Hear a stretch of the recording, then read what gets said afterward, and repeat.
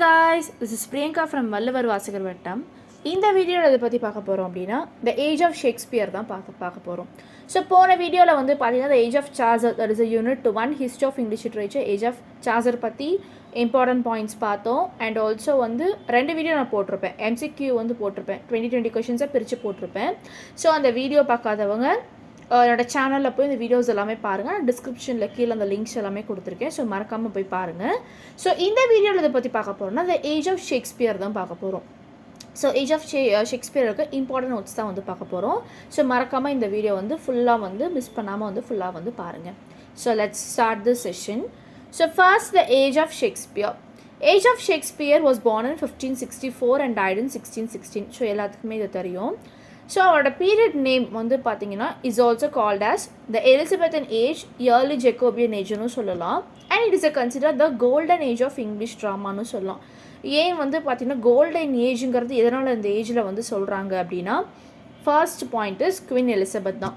ஏன்னா எலிசபெத் வந்து இங்கிலாண்டை வந்து ரூல் பண்ண பீரியட் வந்து பார்த்திங்கன்னா செல்வ செழிப்போடையும் அண்ட் ஆல்சோ மக்கள் இங்கிலாந்து பீப்புள்ஸ் வந்து பார்த்திங்கன்னா நல்லாவே வந்து செழிப்போடு வாழ்ந்தாங்க. எந்த ஒரு கஷ்ட நஷ்டங்கள் இல்லாமல் நல்லாவே வந்து எந்த ஒரு பாவர்ட்டினஸ் இல்லாமல் நல்லாவே ப்ராப்பராக வந்து வெல்த்தியோடையே ஓரளவுக்கு வாழ்ந்திருக்காங்க அப்படின்னு சொல்லி சொல்கிறாங்க. ஸோ அந்தளவுக்கு எலிசபெத் வந்து பார்த்திங்கன்னா எல்லாத்து மேலே கேர் எடுத்து இங்கிலாந்து பீப்புள்ஸ்க்கு வந்து நார்மலைஸ் பண்ணி நல்லா ஒரு லைஃப்பை வந்து செட்டில் பண்ணி கொடுத்தாங்க.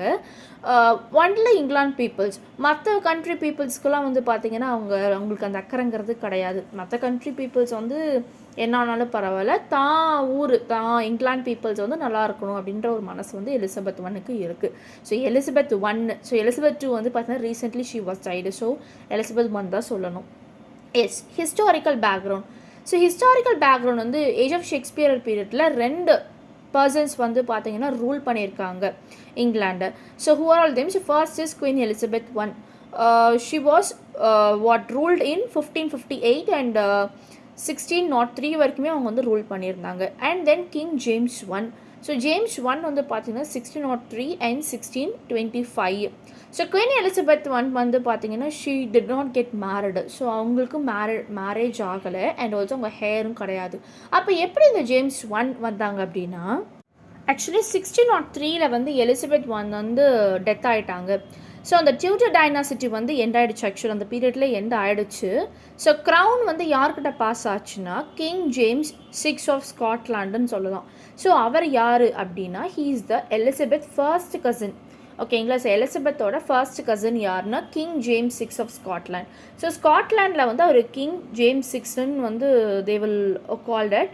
அண்ட் தென் வந்து இங்கிலாண்டில் அவர் ரூல் பண்ணும்போது so he became James 1, King James 1 வந்து இதாகிட்டார். ஸோ அந்த டைமில் தான் வந்து பார்த்திங்கன்னா இங்கிலீஷும் ஸ்காட்டிஷும் வந்து யுனைட் ஆச்சு. ஸோ வந்து கம்பைன் ஆகிட்டாங்கன்னு சொல்லி சொல்கிறாங்க because of the king James 6. ஏன்னா ஹீஸ் ஜேம்ஸ் 6 ஆஃப் ஸ்காட்லாண்டில் கிங்காகவும் இருந்திருக்காரு அண்ட் ஆல்சோ இங்கிலாண்ட்லேயும் வந்து அஸ் அ கிங்காக வந்து அவர் பதவி ஏற்றிருக்காரு. ஓகேங்களா? ஸோ அந்த பீரியடில் வந்து பார்த்திங்கன்னா ஜேம்ஸோட அசெஷன் வந்து நடந்துகிட்டு இருந்தது. It is a beginning of the union of the crown அப்படின்னு சொல்லலாம். இங்கிலாண்டு ஸ்காட்லாண்ட் 2 பேருமே மொனார்ச்சை வந்து ஷேர் பண்ணிட்டாங்கன்னு சொல்லலாம். So this is the concept of this. அதனால் எலிசபெத் 1க்கு டேரெக்டாக வந்து ஹேருமே கிடையாது. ஸோ வாரிஸ் கிடையாது because she did not get married.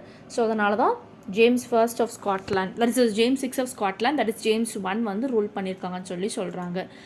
So next பாருங்கள் period. So period of national unity and patriotism, growth of trade, exploration and renaissance learning, relative political stability. So national unity and patriotism.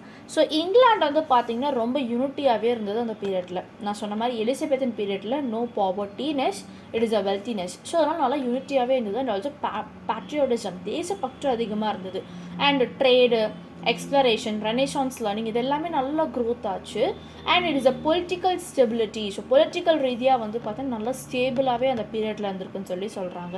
Next growth of drama. Growth of drama வந்து பார்த்திங்கன்னா drama நல்லாவே வளர்ந்தது. Actually எலிசபெத்தின் period it is a Shakespearean ஏஜ்னு சொல்லலாம். So ஷேக்ஸ்பியரன் பீரியடில் தான் வந்து பார்த்திங்கன்னா ட்ராமா நல்லாவே வந்து க்ரோத் ஆச்சு அப்படின்னு சொல்லலாம். So what is that we can see drama became the most popular literary form. So ட்ராமாங்கிறது மோஸ்ட் பாப்புலர் லிட்ரரி ஃபார்மாக வந்து அமைஞ்சதுன்னு சொல்லலாம். It is a development of public theatres.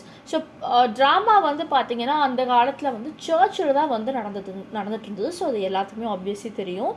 Chaucer பீரியடில் கூட வந்து பார்த்திங்கன்னா சர்ச்சில் தான் வந்து கரப்ஷனும் நடந்தது. அண்ட் ஆல்சோ ட்ராமா அப்படின்ற விஷயம் வந்து சர்ச்சில் தான் கொண்டு வரப்பட்டது. ஸோ அதுக்கப்புறம் தான் வந்து தியேட்டர்ஸ் அப்படின்னு சொல்லி பப்ளிக் தியேட்டர்ஸ் வந்து ஓப்பன் பண்ணாங்க. த குளோபு, த ரோஸு, ஸ்வேன், இது எல்லாமே வந்து பார்த்திங்கன்னா it is a public theatre. But the Globe was built, so organise பண்ணது யாருன்னா நம்ம வில்லியம் ஷேக்ஸ்பியர் தான். So acting companies patronised by nobles. So nobles மூலிமா தான் இந்த ஆக்டிங் கம்பெனிஸ் எல்லாமே பேட்ரனைஸ் ஆகிடுச்சு. ஸோ லார்ட் சாம்பர்லைன் மென்னு, கிங்ஸ் மென், இவங்க எல்லாமே வந்து பார்த்திங்கன்னா கம்பெனிஸை வச்சு ரூல் பண்ண ஸ்டார்ட் பண்ணாங்க. நெக்ஸ்ட்டு பார்த்திங்கன்னா வில்லியம் ஷேக்ஸ்பியர். ஸோ அவர் யாருங்கிறது இதில் தெரிஞ்சுக்கலாம். 1564 to 1616 he was died. So major கான்ட்ரிபியூஷனே பார்த்தீங்கன்னா it is a perfected blank verse in drama. So ட்ராமாவில் வந்து பிளாங்க் வேர்ஸ் தான் கொண்டு வந்தார். ஓகேங்களா, ட்ராமாவில் வந்து எந்த ஒரு சுழிவு வழிவு இல்லாமல் நலிவு இல்லாமல் it is a full of blank verse. And also explore human psychology deeply. So ஹியூமனோட சைக்காலஜி வந்து டீப்லி வந்து எக்ஸ்ப்ளோர் பண்ணாருன்னு சொல்லலாம். And also blended tragedy, comedy, history, romance, இது எல்லாத்துக்குமே தெரியும். So tragedy, comedy, history, romance எல்லாமே பிளெண்ட் பண்ணி தான் அவரோட ஒர்க்ஸில் இருக்குன்னு சொல்லியிருக்காங்க. So next types of plays. What are all types of plays he handled means first is tragedy.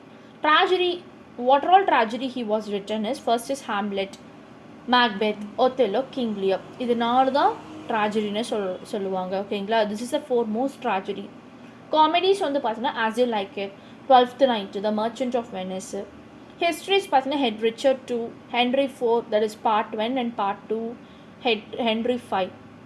Romances, that is late பிளேஸ்ன்னு சொல்லலாம். The Tempest, Cymbeline, The Winter's Tale. எதனால் லேட் பிளேஸ்ன்னு சொல்கிறாங்கன்னா இது வந்து ஷேக்ஸ்பியரோட டெத் பெட்டில் எழுதின பிளே அண்ட் ஆல்சோ ஷேக்ஸ்பியர் இறந்ததுக்கப்புறம் இந்த பிளேயில் ரிலீஸ் பண்ணியிருக்காங்க. தட் இஸ் அ லேட் பிளேன்னு சொல்லியிருக்காங்க. Next other important dramatist. So Shakespeare and பீரியடில் வந்து இவங்களாம் ட்ராமாட்டிஸ்ட்டாக வந்து இருந்திருக்காங்க. So first is Christopher Marlowe. Christopher மார்லோட ஒர்க்ஸ் பார்த்தீங்கன்னா Doctor Faustus, Tamburlaine and introduce to mighty line, powerful blank verse. So then Ben Jonson, comedy of humours, Volpone, the alchemist. Thomas கிட்டோட the Spanish tragedy, John வெப்ஸ்டரோட the Duchess of Malfi. இதெல்லாமே ரொம்ப இம்பார்ட்டண்டான place. இந்த பிளேஸ்லாம் படிக்க ரொம்பவே ஆசையாக இருக்கும். நெக்ஸ்ட் பார்த்தீங்கன்னா poetry of the age. So இந்த ஏஜில் என்னென்ன போயட்ரி அப்படிங்கிறது பார்க்கலாங்க. Sonnets became popular. ஏன்னா ஷேக்ஸ்பியர் நிறைய சானட்ஸ் எழுதியிருக்காரு. 154 சானட்ஸ் வந்து எழுதியிருக்காரு. ஸோ இதெல்லாம் ரொம்பவே பாப்புலரானதுன்னு சொல்கிறாங்க. ஸோ வில்லியம் ஷேக்ஸ்பியரோட சானட்ஸ் ரொம்பவே பாப்புலரான ஒரு போயம். அண்ட் ஆல்சோ எட்மண்ட் ஸ்பென்சரோட the Faerie Queene, it is a very very very important poem. So Philip தாமஸோட ஆஸ்ட்ரோபல் அண்ட் ஸ்டெல்லா, இது வந்து பிஜிடிஆர்பியில் கேட்கப்பட்ட போயம் இது. அண்ட் ஆல்சோ ஃபேரி குயின்மே சானட்ஸ்மே இது பிஜிடிஆர்பி யூஜிடிஆர்பிலையும் வரும். ஓகேங்களா, இது ரொம்ப இம்பார்ட்டண்டான போயம்ஸ் இது. அண்ட் ஆல்சோ இம்பார்ட்டன்ட் போய்ட்ஸும் கூட. இவங்கெல்லாம் ஃபேமஸான போய்ட்ஸ் இந்த ஏஜில். Next prose writing, growth of essays and criticism. So இந்த ஏஜில் வந்து பார்த்திங்கன்னா நாட் ஒன்லி ட்ராமா மட்டும் வந்து க்ரோத் ஆகலை, எஸ்ஸே அண்ட் கிரிட்டிசிசம் ரெண்டுமே க்ரோத் ஆச்சு. So Philip Sidney and apology for poetry, இந்த ஒர்க் வந்து பார்த்திங்கன்னா ரொம்பவே it is a prose work. It is a very very ஃபேமஸான work. Translation of classical works increase. So நிறைய கிளாசிக்கல் ஒர்க்ஸ்லாம் வந்து பார்த்து நிறைய ட்ரான்ஸ்லேட் பண்ணியிருக்காங்க. And also it is a increasable அப்படின்னு சொல்லலாம். Next literary characteristics, influence of Renaissance humanism. So Renaissance humanism நிறைய இன்ஃப்ளூயன்ஸ் வர ஸ்டார்ட் ஆச்சு. ஸோ ஃபார் எக்ஸாம்பிள் இதனால் இங்கே வந்து humanism inspiring, classism, passion for life, இதெல்லாம் ஏன் இன்ஸ்பயர் ஆகிருக்கு எலிசபெத் ட்ராமா பீரியடில், எலிசபெத்தின் பீரியடில் வந்து பார்த்திங்கன்னா it is full of encouraging dramatical experiment like tragedies, comedies, histories and professional play houses like the Globe theatre. And also இதெல்லாமே மாஸ்டர் பீஸ் ஆகின Shakespeare, Marlowe, Jonson இவங்க எல்லாமே royal patronage and new wealth உள்ள concept தான் வந்து கொண்டு வந்தாங்க. ஓகேங்களா, ஸோ அதனால தான் இந்த இடத்துல வந்து இன்ஃப்ளூயன்ஸ் ஆஃப் ரெனைசான்ஸ் ஹியூமனிசம் கொடுத்துருக்காங்க. Next love for beauty, art and life. So பியூட்டினஸ்க்கு, ஆர்ட், கலை சம்மந்தமானது அண்ட் லைஃப்க்கு ரொம்பவே லவ் கொடுத்துருக்காங்க. Interest in individualism. So what is the interest in individualism is nothing but தனித்துவமான ஒரு செயல், தனித்துவமான ஒர்க்ஸ்க்கு வந்து பார்த்திங்கன்னா நிறைய இன்ட்ரெஸ்ட் கொடுத்து எழுதியிருக்காங்கன்னு சொல்கிறாங்க. Next rich imagery and figurative language. So language wise பார்த்திங்கன்னா நல்லாவே சூப்பரான ஒரு ஃபிகரேட்டிவான ஒரு high purpose, it is what official language, நல்லா பியூட்டினஸான லாங்குவேஜ்னு சொல்லுவாங்க. பார்த்தீங்கன்னா ஹைஃபையான லாங்குவேஜ் தான் நம்ம ஷேக்ஸ்பியர் பீரியடில் கொடுத்துருப்பாங்க. And also it is a rich இமேஜரியாகவும் கொடுத்துருக்காங்க. Mixture of tragedy and comedy. So tragedy and comedy ரெண்டுமே மிக்ஸ்சர் ஆகி தான் நம்ம drama, that is what Shakespeare பீரியடில் வந்து நிறைய கான்செப்ட் கொடுத்துருக்காங்கன்னு சொல்கிறாங்க. Next importance of the age. So what are all the importance of age means English drama reached its highest excellence. That is a very good thing. So அது ரொம்ப ரொம்ப important thing. ஏன்னா English drama அப்படின்னாலே நமக்கு மைண்டுக்கு வரதே Shakespeare age தான். அது ஒரு மிகப்பெரிய எக்ஸலண்ட்டான ஒரு ஹையஸ்ட் ரீச்னே சொல்லலாம். எதனாலனா இப்போ ஃபார் எக்ஸாம்பிள் நீங்கள் ஒரு கான்செப்ட் நடக்கிறீங்க அப்படின்னா நீங்கள் கண்ணை மூடி நீங்கள் அதை யோசிக்கும் போது டக்குன்னு வந்து அந்த பர்டிகுலர் ஏஜ் ஞாபகம் வரும். இப்போ ஒன்றும் இல்லை, நீங்கள் கண்ணை மூடி சார்ஜர், டக்குன்னு நீங்கள் சார்ஜர் நினச்சிங்கன்னா உங்களுக்கு என்ன ஞாபகம் வரும்? கரப்ஷன் ஞாபகம் வரும், black death, important black death ஞாபகம் வரும், பிளேக் டிசீஸ் ஞாபகம் வரும், அண்டு சார்ஜர்னாலே கேண்டர்பரி டேல்ஸும் ஞாபகம் வரும். ஸோ கண்ணை மூடி நம்ம அந்த ஒரு கான்செப்ட் நினைக்கும் போது எதை ஞாபகம் வருதோ அதுதான் நம்மளோட ஹையஸ்ட் ரீச்னு இருக்கும். இப்போ நீங்கள் ட்ராமானால டக்குன்னு ட்ராமாட்டிஸ்ட்னாலே டக்குன்னு யார் ஞாபகம் வருது? வில்லியம் ஷேக்ஸ்பியர் அப்படிதான் ஞாபகம் வருது. So that is a highest reached எக்ஸலன்ஸ்னு சொல்லலாம். Next, Shakespeare's work became timeless and universal. So that is a very good. So Shakespeare works வந்து பார்த்தீங்கன்னா ரொம்ப டைம்லெஸ்ஸாக தான் இருந்தது.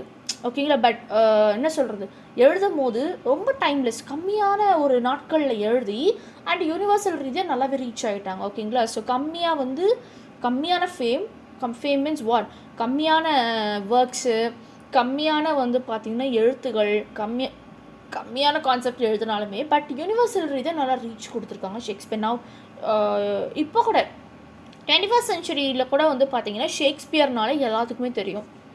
நான் இங்கிலீஷ் மேஜர் ஸ்டூடெண்ட்ஸ் கூட, இப்போ நம்ம இங்கிலீஷ் லிட்ரேச்சர்னால okay we know about William Shakespeare, but Tamil படிக்கிறவங்க, கெமிஸ்ட்ரி, பாட்னி, ஸோ வாட் அவங்கெல்லாம் கூட வி வில் ஆஸ்க், நம்ம கேட்கலாம் ஹூ இஸ் ஷேக்ஸ்பியர் அப்படின்னு சொல்லி கேட்டால் they will say William Shakespeare, he is a English ட்ராமாட்டிஸ்ட்னு சொல்லி கேட்கல. இப்போ நீங்கள் ஒன்றும் நீங்கள் நார்மலாக கேட்டு பாருங்களேன், எல்லாத்துக்குமே ஷேக்ஸ்பியர் பற்றி தெரியும்.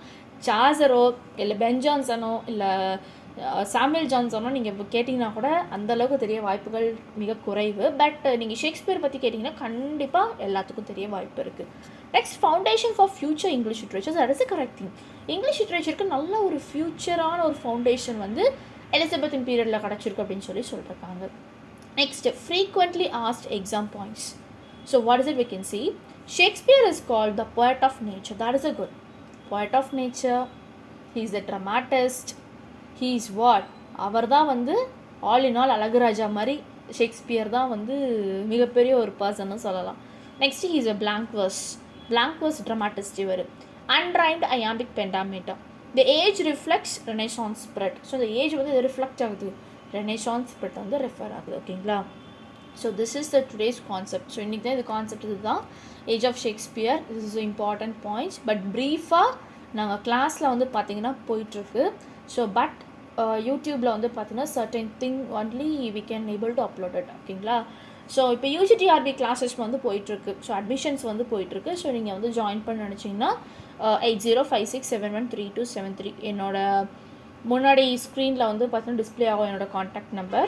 ஸோ நீங்கள் ஜாயின் பண்ண நினச்சிங்கன்னா ஜாயின் பண்ணுங்கள். So we have online interactive class, study materials, test series, Google form test and exam வர வரைக்குமே நீங்கள் ஃபுல்லாக வந்து டெஸ்ட் பேட்ச் தனியாக போடுவோம். அந்த டெஸ்ட்டு சேர்த்து தான் வந்து பார்த்தீங்கன்னா நீங்கள் இதில் படிக்கிற மாதிரி இருக்கும். நீங்கள் ஜாயின் பண்ண நினச்சிங்கன்னா you can call me at any time.